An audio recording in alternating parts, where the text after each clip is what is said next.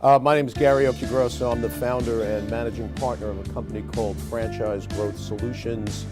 We do a whole bunch of stuff, but to break it down into three quick buckets, we develop franchises for people who have an idea, or have a concept, or have an operating model. Our second bucket is the one that most of our competitors don't focus on and we love to do, and that is to sell franchises. So we actually sell franchises for our clients. And then the third is, once we scale them up, we get them in front of private equity investors, venture capitalists, people who can bring money to the table and either help them exit or help them grow. One of the questions that my clients ask me very often when we do our coaching sessions is, creating respect and value in the mind's eye of the franchisee as they're coming on board into your system, and how do you do that, and how do you prevent franchisees from going rogue? Those of us who've been in the franchise business and have franchisees for any amount of time know that from time to time franchisees will, they start to color outside of the lines and they go rogue. I heard someone at the Springboard conference say a couple months ago, you'll spend the first 5 years getting your first 10 franchisees, and then you'll spend your next 5 years getting rid of those first 10. And there's a lot of truth to that. If you don't manage the expectation of the franchisee, if you don't manage your process, if you don't have a process and indoctrinate or onboard your franchisees in the right way, and that's what our panel is about today. And again, as I tell my clients all the time, it's not just about hearing it from one person, because there's no one right way to do it. So we've got 4 folks here today who all do it probably a little bit different, but are really delivering the same accountable result for their franchisees, which helps them. So onboarding franchisees is a very, very important topic, because I tell folks, if the dog catches the car, when the dog chases after the car, if the dog catches the car, now what does the dog do with the car?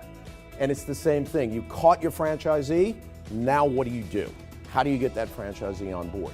So a couple of the things that I want to talk about today and really have the panel talk about are what I believe are 4 components in properly onboarding franchisees. Now, they may have some other things to add, and that's great, but the 4 I believe fit into these categories. One is an expression to your new franchisee of your core values. If they don't know what you stand for, if they don't know what your mission statement is, if they don't know your rules and your respect or lack thereof, then you will never know whether or not you have the right franchisee. So core values goes back to selecting franchisees, but that's a very important component in onboarding. And by the way, just really quick, when I talk about onboarding, for me, that's before the sale. That starts before the person actually becomes a franchisee.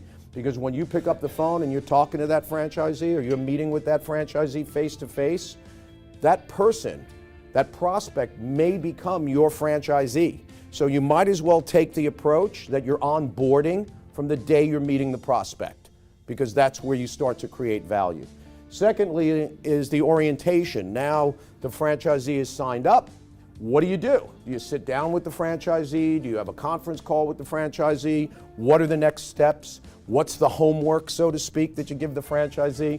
Very often it might take you 90 to 120 days to sign up a franchisee, and they're hemming and hawing, and you finally get them to sign up, and the next day they're on the phone saying, where's my location?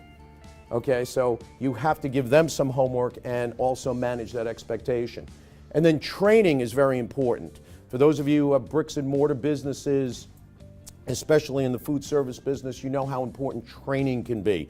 Training, or the lack of training, very often leads to franchisees going out of the system because they don't understand what they're supposed to be doing, or your training hasn't been strong enough to the point where they feel confident in what you've told them, and they start to reinvent the wheel. So training is a very big important part of onboarding. And then the actual opening. What is the franchisee and the franchisor doing together in a mutual support role to get the unit open, and what happens after the unit opens? Again, the way I said onboarding starts before the sale, in my opinion, onboarding goes on forever, because you're always developing new products, you're always developing new methods, you're always opening up new restaurants or new bricks and mortar stores and launching new platforms. So you're always onboarding your franchisees into the new ideas that they expect you to come up with. So those are the 4 pieces that we'll talk about today. What's your corporate culture, and how do you explain that culture to new franchisees, and why, if you do, feel that's important? Yeah, I mean, we start with we're a family, right? Because we're family guys. We're all local here on Long Island. We all have a lot in common. Like he went on with the onboarding starts with the sales process, and that's so true, because that's when you're developing the relationship, you're setting standards, you're finding out if your core values are the same, if they can enter your culture and improve it, or are they going to bring it down. I would say, you know, we want to make sure that we have good soldiers. You know, that there's people who tend to buy into our system, think that they're entrepreneurs, and that's great, and we want to leverage that, but we also want to make sure that they're going to follow our systems, because that's what's worked. You know, going back to why did they want to be part of our system to begin with, and we kind of keep going back to that, because what happens is they sign the deal and they've sold you on why they should be part of your system, and they sign the deal, they write the check, and then they start saying we should sell this and we should sell that and we should add this. And so that is reining that in and keeping them motivated and excited before they put a single dollar in their pocket. They're probably at that point starting to shell it out, is really important. And that's where the support and having the team environment, or the family as we like to call it, lets them know that, hey, we're here for everything. You know, like we wish that you would call us about everything. We're kind of glad they don't call us on everything. Open communication lines, understanding that we're here for them, being super involved from that sales process to the torch being passed to my operations and training team. That kind of sets the tone for us.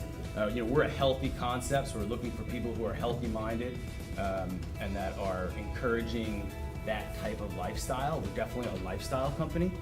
And so getting them to buy into that before they've done it is always a challenge. But that's where our resources go. I mean, we've really invested into our operations and training team, and we let our sales team, because they're really the ones who initiate that first relationship, right? That they shouldn't just disappear. There's nothing I hate worse than when I get sold a new technology or something and my sales guy disappears, and now I'm dealing with someone I've never talked to before. They're always that line of communication, but we want them to understand that, hey, this is their expertise. So. Great. And what I would add, or just comment on, is that the idea of franchisees wanting to reinvent the wheel is really a reflection of the confidence they have in your concept, whether it's conceptual or whether it's been through the training process or the administrative role, or if the salesperson, and to use Jason's example, has stayed close. When franchisees go rogue or start to reinvent the wheel, it's typically because they are lacking confidence in what you've shown them or the brand. Because I guarantee you, and I had this experience, but I won't give you any names. I had a franchisee in one of my brands who was also franchisee of Wendy's, and he was giving me a hard time about re-upping the franchise renewal. We had just purchased the company, and he wanted to change everything. And I remember I said to him, Steve, would you have this discussion with Wendy's? And he said, oh, no, never. Of course not. I would never have that discussion with Wendy's. And I said, well, why are you having it with me? And he said, well, you're not Wendy's. And I thought, okay, that's interesting. You know, we had just purchased the company, so we were able to find the holes by talking with franchisees about where they valued the company. And they certainly didn't value that company on the same level of Wendy's, otherwise the franchisee wouldn't have been arguing with me about certain points in the new franchise document. So again, kind of on that topic of creating value and creating respect, I'm going to throw it over to Paul, because he's been doing this as long. And even back to onboarding, you know, we simplify the process. When somebody comes in, it's an interview. We do sales training, so if you take a look at the franchise development process, what Gary does, if we do documents and take somebody to training, we did a sales training yesterday with a company, and you know, here's how we position it. I say to them, look, you're not selling anything. You're qualifying people, period. Okay, if you're hiring a chief operations officer, you're going to sit down with a list of questions, right? You're going to give them the elevator pitch. Hey, here's our brand. Our average unit cost $180,000 open. Our average volume is this, and this is that, and that is that. Less about the brand. The elevator pitch is really what you are. They're there because they have a pretty good idea of what you are. And then we go to a questionnaire and we say, well, tell me about yourself. You know, why are you interested in this? And the questions that you have, and I call them, Gary has buckets. We say put them in buckets. The first bucket is, tell me about yourself. How'd you find out about us? Why are you interested in owning your own business? That bucket. The second bucket is, Well, are you gonna operate in the business? Do you plan on having your wife? Do you need partners? Third bucket. Fourth bucket is, what's your long-term vision for that? Inside of those 3 buckets, you're gonna get every question answered. The guy's gonna answer the bucket, well, I wanna have this business because at 4:30 every afternoon, I wanna be on the golf course with my buddies. Now, if you're in the food service QSR business and dinner's your majority of revenue, red flag, right? If he says, I wanna do it because of, I really don't feel like showing up, I don't wanna deal with people. And you're like, okay, our business is really front of the house service, it's a retail environment. We sell goods and whatnot, and you have to know how the store is stocked and all those things, red flag. So all of those questions, but literally, we start with that, and we want to make sure, just like Osebo, that there's a cultural fit, right? And by the way, every franchisee that comes in the door, bar none, I would say to you, 90% of them want to change something. Hey, they're in the acai bowl business. It'd be great if we had a corned beef sandwich. Right? We can do sandwiches for lunch. You have no idea how much revenue we do. Okay, now you got a sliced meat, you need a slicer, right? We got this, now we need bread, we need an alto sham to hold a hot sandwich. Let's go, we need a hood, right? We need all sorts of stuff we don't need. Okay, so at least, for us and what we've seen, the flag of the check doesn't really mean anything, okay? It's what are they going to be there for? What are they going to do? I think the other thing you have to understand is that as you grow your brand, the question that you ask, what do you do when you onboard a franchisee? The worst thing that you can do is when you take the check is not have a plan for them. What I mean by that is, if you're going to open a store, you got to have, okay, get our EIN, get the bank account number, set up this, do that. We got to order menus. There's 100 things. You got to find the lease. You get the lawyer to review the lease. There's 100 things you have to do. You better have that 100 thing list developed and broken down in categories, and that's the homework. So they sign up day one. You go, hey Lee, here's what you got to do. Call me if you have a problem with that. And that should be defined. Bring me 3 locations so we can review them, not one. You don't want to go out 7 times. Find 3 locations in the core area that we've sold you territory. We'll go out, scout those, look at them, approve them, right? You've given them work to do, because if not, as Gary said, they will call you every day because they just wrote you a $40,000 check. And in their mind, the check disappeared, evaporated. You're not going to open the store. Where are you? What are you doing? Why have you not returned my call? It's been 2 days. Never seen my email. Very different if you're in a system that has 900 units. They know you're not going anywhere at Minuteman Press. It's not happening. But when you're a small system, that's how people think. So. Okay, and we'll talk more about the tools. Paul alluded to tools and checklists and things, and we'll talk about that just a little later on. How many people have a mission statement for their company? Ooh, not very many. Is the mission statement written down? Okay. Can your employees recite your mission statement? Yes. Okay, good. I'll just spend a minute on mission statement and we'll move to the next thing. If you don't have a mission statement, now I don't want you to confuse that with a brand position. That's something entirely different. The brand position is the what, okay? The mission statement is the how and the why. It's why you do what you do, okay? For when folks have a pizza concept, Joe in the back there, we just worked on his mission statement from Skinny Pizza. It's not about selling pizzas.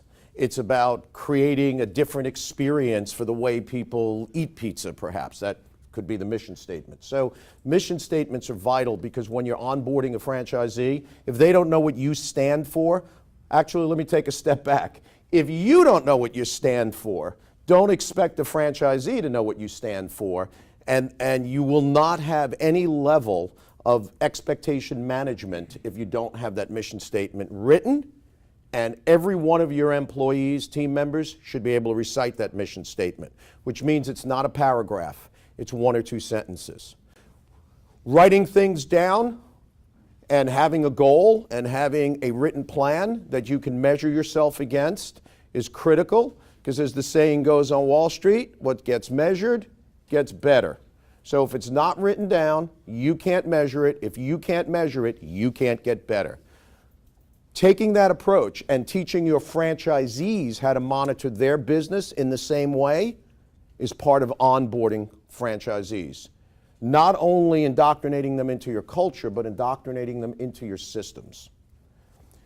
So when you, Robin, when you sign up a new franchisee, tell me about your orientation process in terms of expectations, accountability. My franchise is unique because it's, first of all, not a brick and mortar, it's a service-based business and a pet service-based business.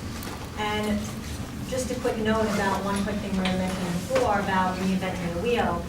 We have the same thing, is that everybody always wants to come to us and they have all these ideas, especially because our business is so different. We don't do traditional ways other businesses do things.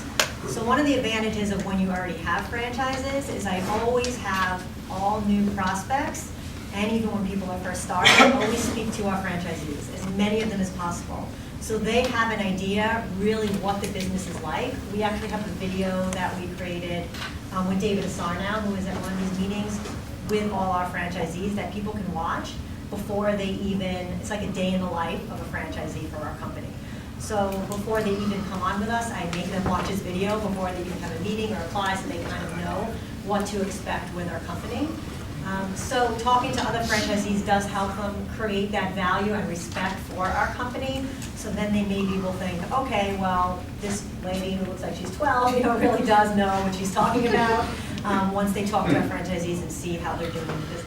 And another thing, this sounds maybe odd or maybe not, is that when people come for their first face-to-face meeting, it's almost like I'm talking them out of the business. So I kind of tell them all the negative things that they can expect, so they know and I know that they're really into it. Kind of like you were saying, oh, well, if they say they want to go on vacations in August, August is our busiest time of the year.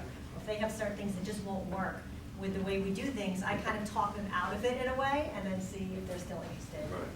I want to mention two comments about values because I had the experience of work with a lot of people. Number one is, and Robin, you hit the nail right in the head. I've seen more discovery days where the founder has said, I ended up sleeping in an automobile, I maxed my credit cards, and look at today, I have 100 franchises and I go to Florida half the year. What they ended up doing is sometimes making the franchisee think that being successful is a hell of a lot easier than it really is. So I think that's a very, very important step in terms of the value system. The other point I want to make is the first 90 days of that new franchisee is probably so critical because you'll never have them at such a high in terms of their enthusiasm and also their availability of capital.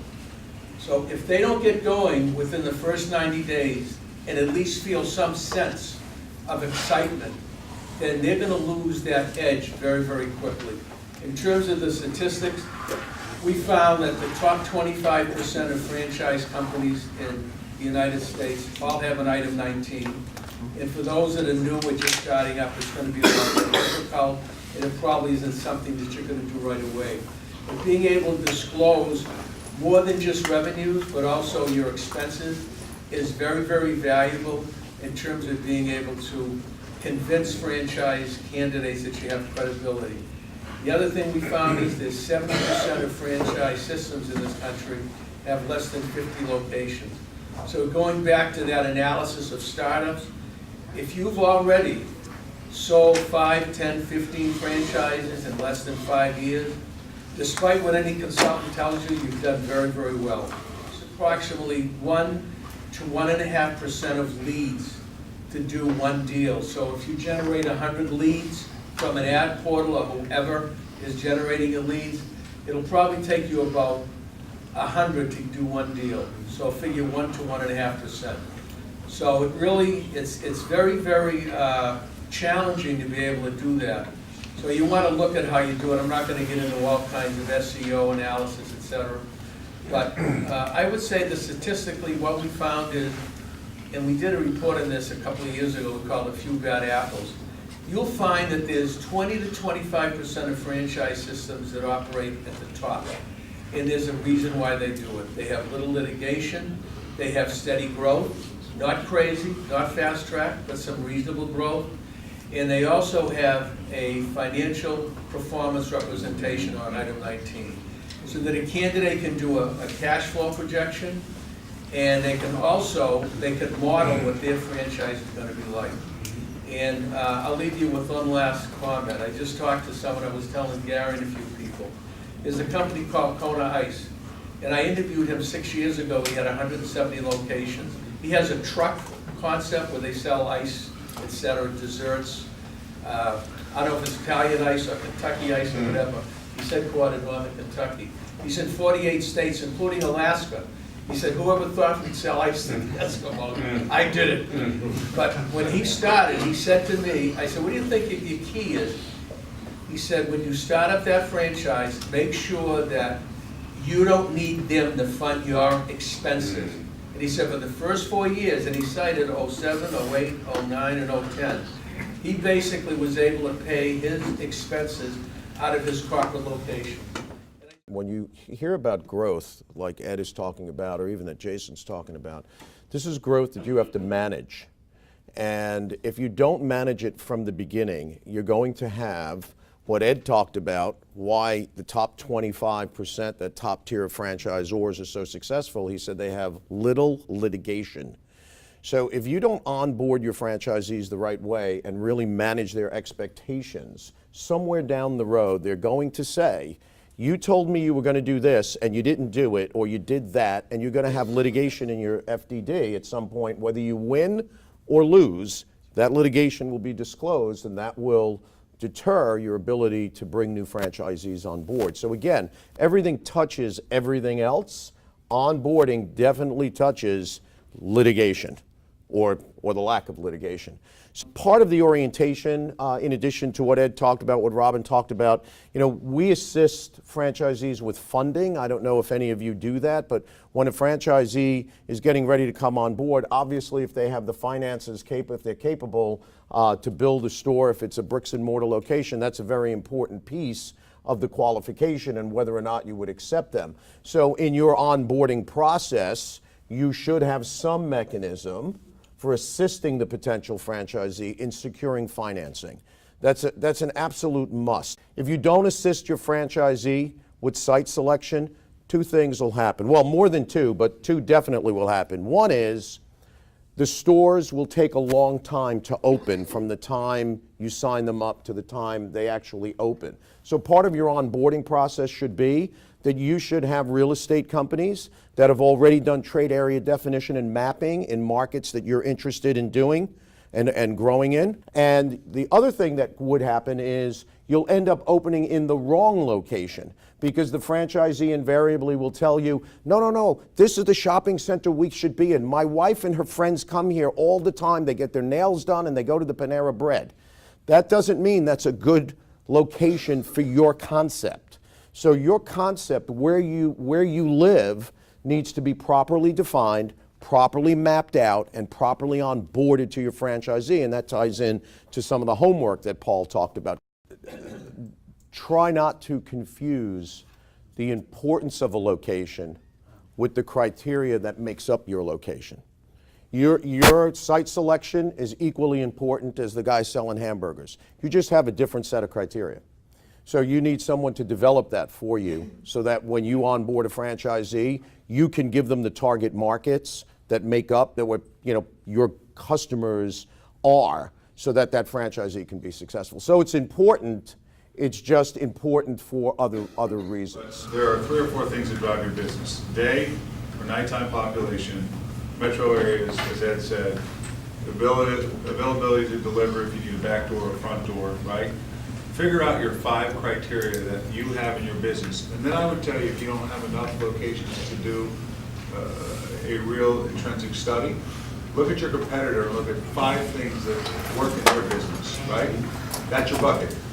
Those are 5 things you need. That's the best analysis you're going to have day one, because you go to some broker, and then the other thing is, how much can you pay per foot? Your rent should be some factor of your sales.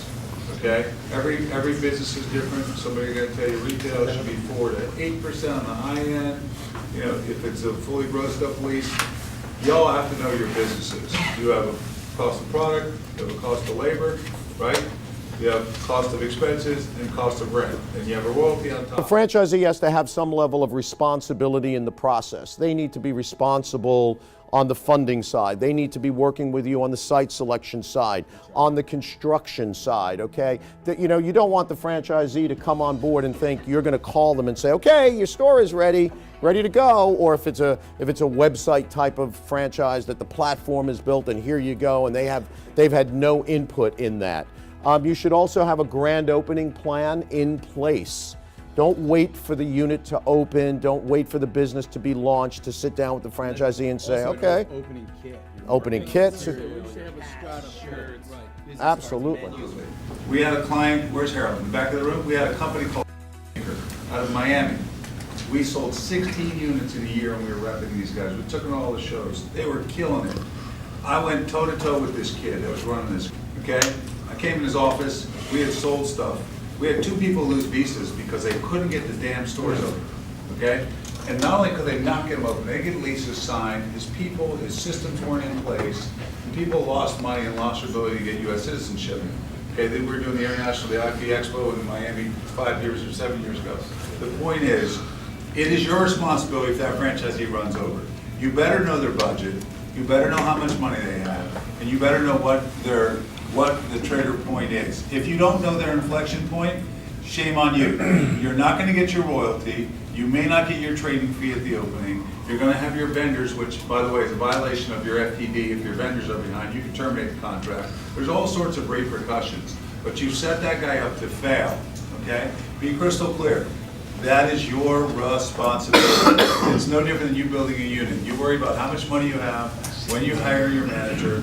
That is your job as a franchisor to worry about your franchisee in the same respect, period, okay? If you're not willing to do that, don't sell them the unit.